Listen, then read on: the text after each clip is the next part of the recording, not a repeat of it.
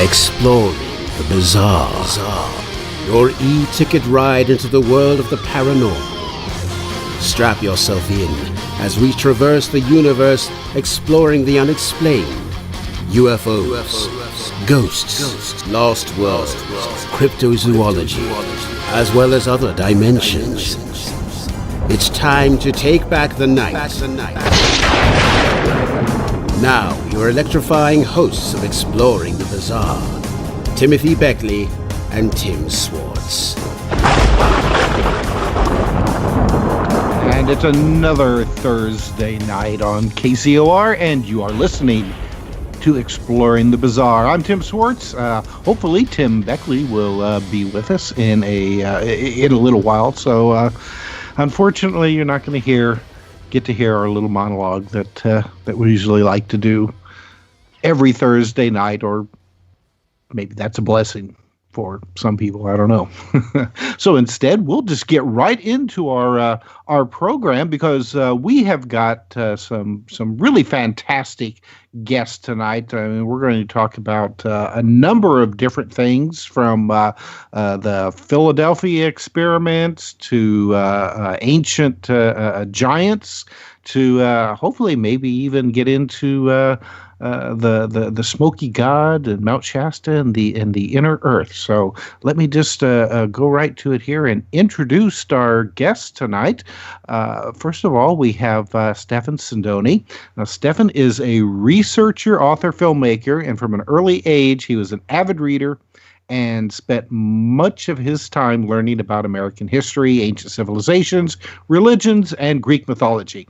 In his quest to uncover ancient truths, he came to the realization that he was an old soul living in a new embodiment. These are just, there are those who claim to predict the future, and Stephan has been given the ability to see into the past, present, and the future by the guidance of the fifth dimension. His body of work includes the following: Sindoni Says, I Am, I Said, The Planet X Factor, Trailer Park Temp Agency, The Legend of J.C. Brown, and his ebook, Below the Radar.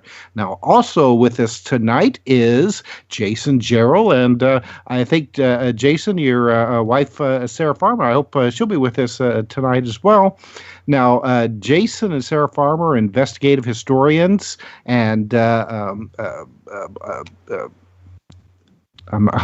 going to have trouble pronouncing this, Jason. What is it? A vocational archaeologist. Yay. Yes. Hey, I said it. Oh, boy. They study many subjects, including depth psychology, biblical mysteries, political science, and comparative mythology. Now, Jason has presented at conferences on ancient mysteries and appeared on the show Ancient Aliens. Jason and Sarah have also co-written articles published by Alternative Perceptions, Ancient Origins, Road to Ruins, and Ancient American Magazine, and they are the authors of the book Ages of the Giants, a book utilizing genuine archaeological reports and the records of American antiquarians along the numerous historical chronicles and press accounts to document the true history of a distinct subpopulation of large, powerfully built individuals of extraordinary heights who inhabited ancient North America for thousands of years. We call them giants. So, Jason and Stephan, thank you very much for being with us tonight on Exploring the Bizarre. Thank you for having me. Thank you for having me as well. All right, Stephan, why don't we let you go first, because I know that you would like to start the show off talking about the Philadelphia experiment. Now, and as you know...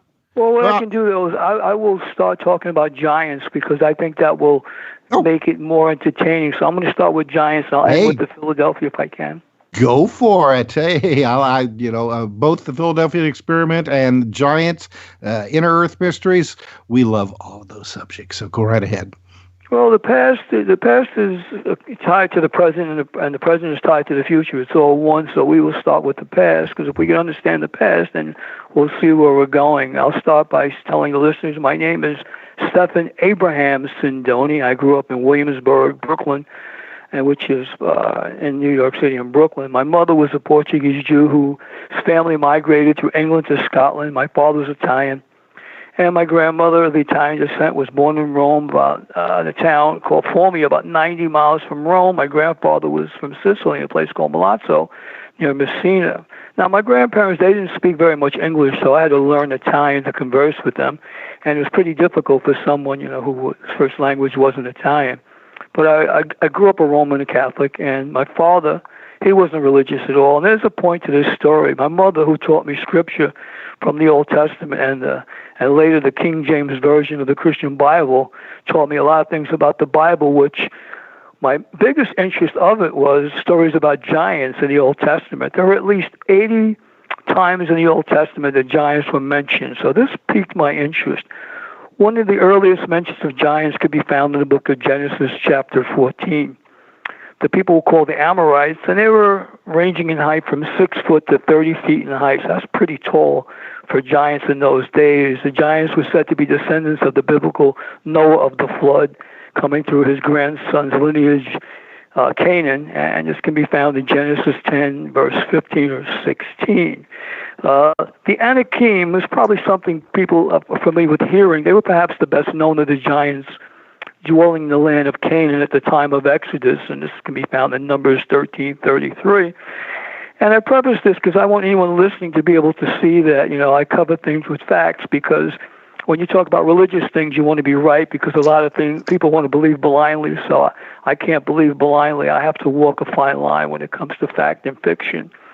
The Amorite, the Anakim, and the Nephilim, which is another one people might have heard of, were all described as giants in the Bible. The most renowned giant of all I can remember reading about was Goliath, the Philistine, that was slain by David.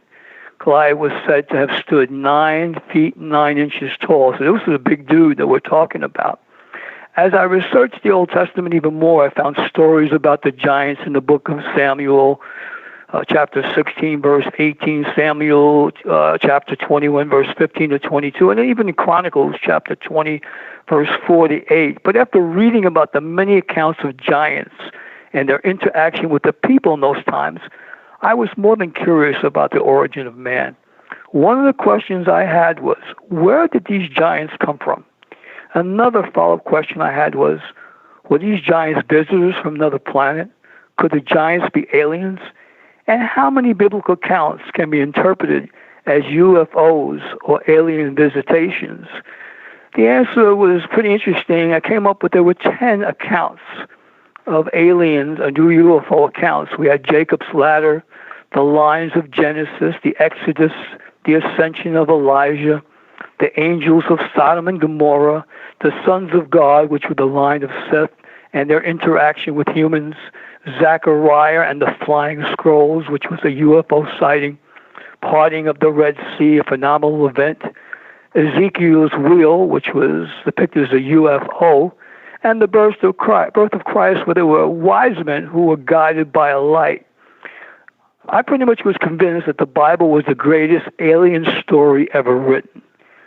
We would have to be naive to believe that we are the only intelligent life in the universe. And so some of my earliest memories as a child were going to a movie theater to watch Saturday's triple features movies, for example, Gulliver's Travels, Jack and the Beanstalk, and Hercules. And all the movies that I was influenced by were all about giants, which I found kind of interesting. Some of my earliest memories as a child were of that. It was around that time I discovered a camcorder, a Kodak camera, and a 33mm projector. And I was about 12 years old, and I was determined to become a cinematographer and create my own documentaries. To add to the great discovery, I had all of the manuals for each of the electronic devices. I would RTM, the acronym for read the manual, and teach myself cinematography, which became one of my greatest passions. And so I did that.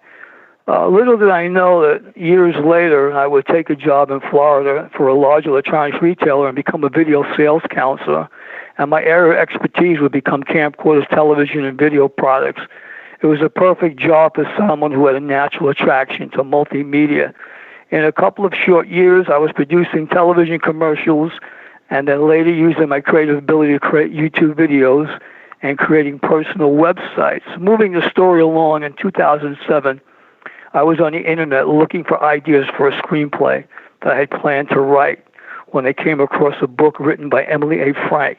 Many of the stories in this book featured Mount Shasta. But those of you who are unfamiliar with Mount Shasta, it is located in Northern California, just north of Redding, California. It's a mountain that is over 14,000 feet high. After reading the legend of J.C. Brown, I was magnetized by the legend. I then spent 3 to 6 weeks in the New York Public Library trying to run down the clues that I had read in the book to solve the legend. And I had a hunch that proved correct. I was able to discover the true identity of the man of the legend, and I figured out how it all came to be. But it was as though, Tim, I had firsthand knowledge of the life of J.C. Brown, alias John Benjamin Body. Mm-hmm. Continue. I'm fascinated by this. Well, I spent 3 months following the clues in the New York Public Library. And then I hit a bullseye. I came across border crossings for Lord Cowdray, and I go, he really wasn't Lord Cowdray. His real name was Sir Wheatman Pearson. He was knighted in 1917. But in the legend that I read, it said that, he was Lord Cowdray, no mention of Sir Wheatman Pearson. So I contacted the Stockton police, matter of fact. This was in January, actually it was April of 2008 now, and I contacted the Stockton Police Department and told them I could solve the missing persons report because in 1934, J.C. Brown, alias John Benjamin Body, came to Stockton, California, claimed that he had found a mysterious cave opening up in the Cascade Mountain Range where he discovered 27 skeletons, 6.5 to 10 feet tall. And he wanted to enlist people to come with him up to the Shasta area to be able to dig out the remains of some of these findings.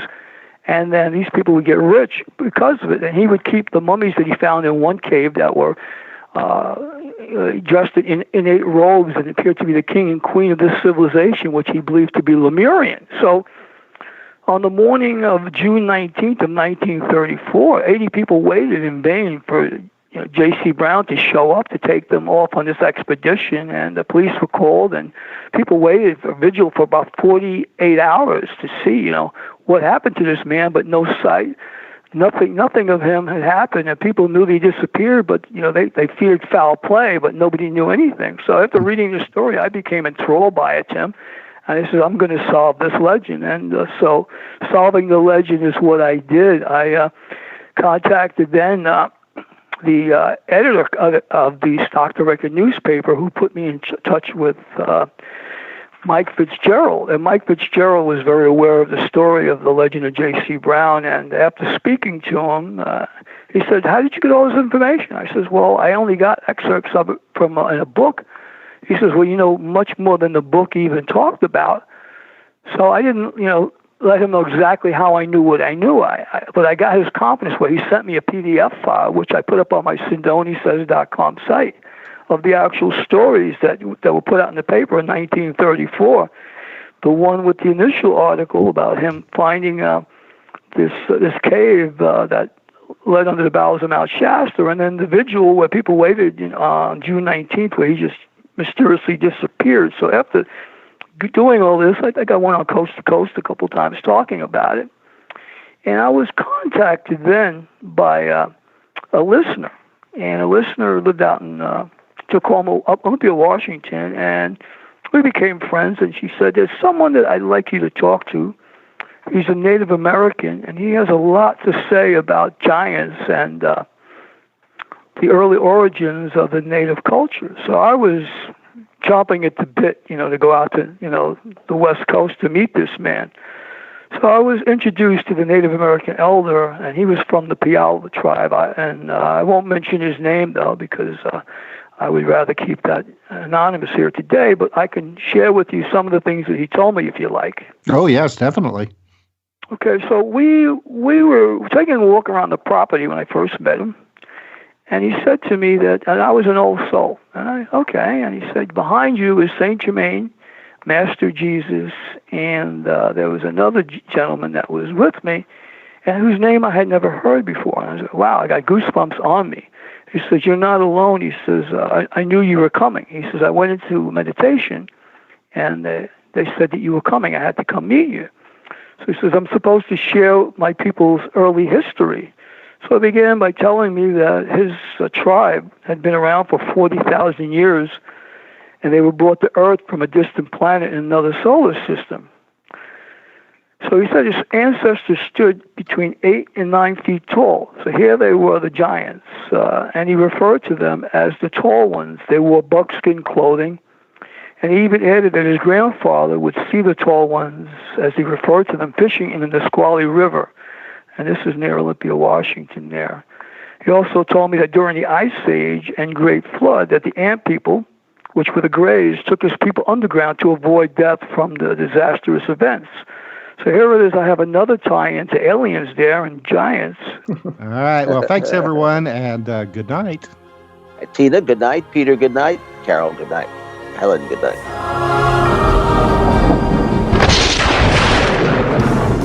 You've been listening to